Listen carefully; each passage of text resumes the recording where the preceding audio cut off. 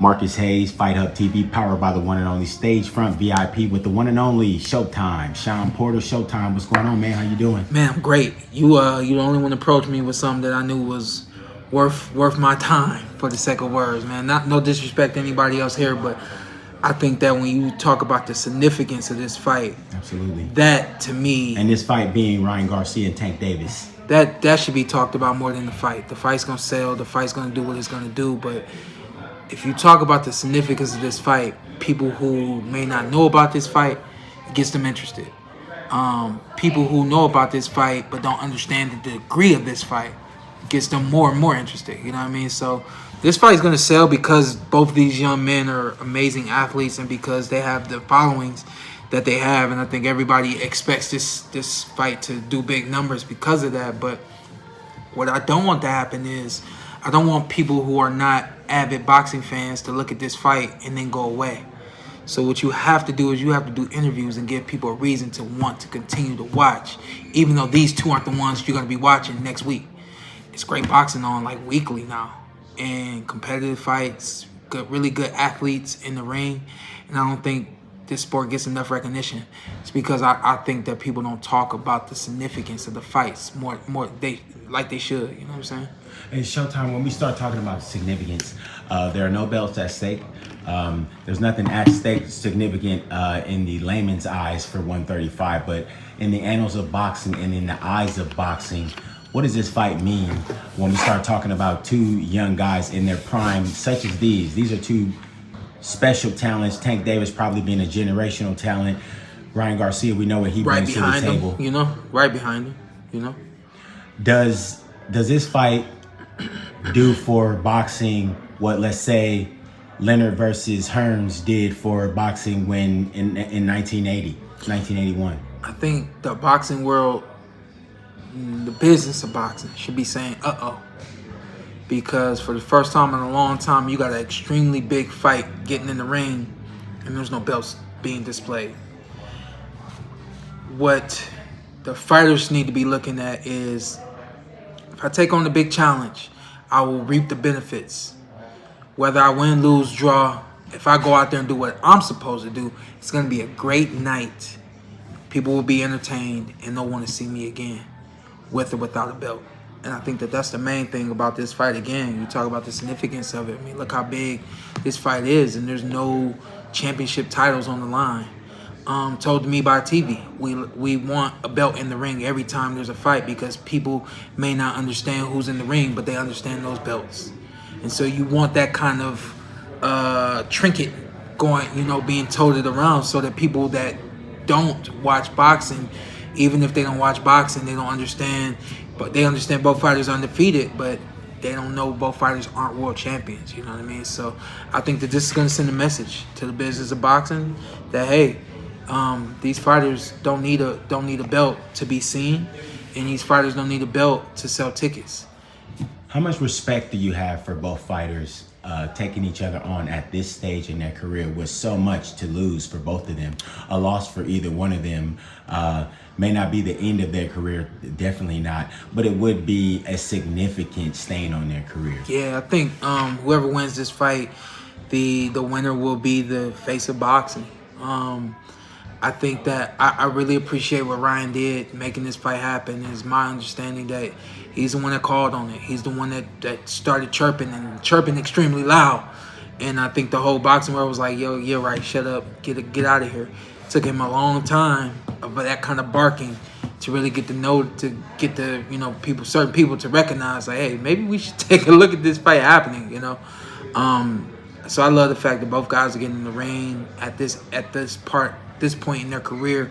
I think Ryan is a little hasn't really matured enough yet in terms of ability. I think that his ability, he's still got some more steps to take before he is prime. And then I think that Tank definitely is on the brink of his prime. This fight will probably be the fight that takes him into his prime, because we all have experiences in the ring that we may not be expecting, or adjustments we have to make. Once we handle those adjustments, we grow, So But I digress. I think, it's perfect for both guys. I like the fact that Ryan knows what he wants, and not too many fighters get what they want. He is just loud enough. He's smart enough, and he put it together. When we start talking about big fights on this level, Tank Davis, time after time, it seems like every 3 to 5 months we get another Tank Davis fight that lasts about 3 years, like clockwork, scintillating performances. When I spoke to Leonard Ellerby a while back, Leonard said that he feels like Tank is so much further ahead of Ryan Garcia in the big fight department and in overall in the skills department. But let me ask you this. As one of our most heralded fighters in the last 10 years, you, Showtime, Shawn Porter, the rehydration clause, with Tank being what is perceived so far ahead of Ryan skill-wise, why put a rehydration clause on a guy that you are head and shoulders above? Because I want to stay ahead. You know what I'm saying? Like, that's why you have the rehydration clause.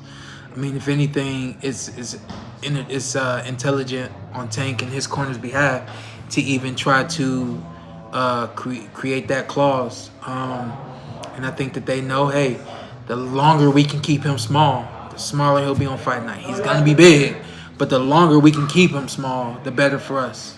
So just kind of what you said. Leonard Ellerby said that he's so much further along than Ryan. Why give Ryan any leeway? So... and again, you just have to respect Ryan for saying, hey, in order to get this fight made, I'm just going to have to say, okay, not bat an eye, not ask a question, and just move with it, So hopefully, I'm sure he's hoping that it doesn't backfire on him, Now, with that, Showtime, take me into the mind of the fighter, the mind of the champion, the mind of the guy that's stepping between the ropes. You've made weight. You can't relatively eat and drink like you normally would. How would you approach that as a professional on your own if you were Ryan Garcia? How would you get to the ring in the best shape that you can on fight night? By the time I got to a world championship title, we had a really great team put in place.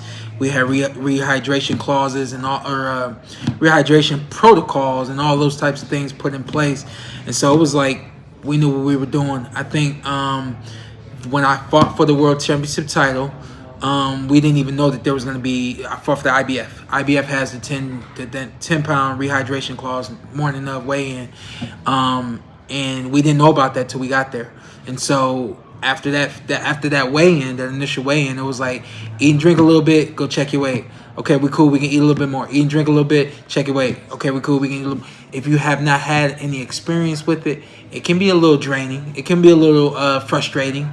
It can wear you down a little bit mentally or emotionally because you're having to do something that, like, fuck, like I've never had to weigh in this many times before, But, Ryan is a professional, and I'm sure that he's got people in place to help him with everything that he's got going on. So I really wouldn't be too concerned with it for Ryan's sake or whatever the case may be. And then I don't think we expect Tank to come into the ring any bigger anyway. So the penalty about $100,000, biggest fight of your career. If you're Ryan, do you just say, man, I'm just gonna pay that money and just come in the ring? No, you don't, because you don't take it lightly because it's doable. Be different if it wasn't doable. If it was a 5-pound rehydration clause, now you're looking at this like, yo, I don't know. 10 pounds is more than doable. If you lose the weight correctly, you don't put on a whole lot of weight quickly. If you lose the weight incorrectly, what I mean by incorrectly is if you take off a lot of weight in a short amount of time, you put all that weight right back on. So when he's saying, hey, I'm already at weight, I'm already there, I'm almost there, then sure enough, you can bet that when it comes time for him to rehydrate and feel his muscles aren't going to go, I need everything and I need to hold everything. His muscles will be used to operating and burning and letting go of what he doesn't need. Science, baby. Fight night comes around. What's your expectation for the building and the arena in the MGM Grand? A lot of fans, naturally, one of the top black fighters in the world, one of the top Hispanic fighters in the whole entire world. What do you expect the electricity in the arena to be like on the 22nd? I went to Floyd versus Canelo at the MGM. The fight was over, and I didn't even go with my dad. I went with someone else. And the fight had pretty much just ended. I looked around. I was like, yeah, let's get out of here. It's gonna be some fighting in the crowd. It's gonna be some black versus black. It's gonna be some black versus Mexican. It might even be some Mexican versus Mexican. That's how big this fight is. You got Mexicans thinking that a black man's gonna be the Mexican. You got black people thinking that a Mexican is gonna be the black man. It's grade A right here, baby. Excellent. Well, there you have it. Showtime, Shawn Porter, Marcus Hayes, Fight Hub TV. Thank you for your time as always, brother. We'll see you on Fight Night. You got it, my man.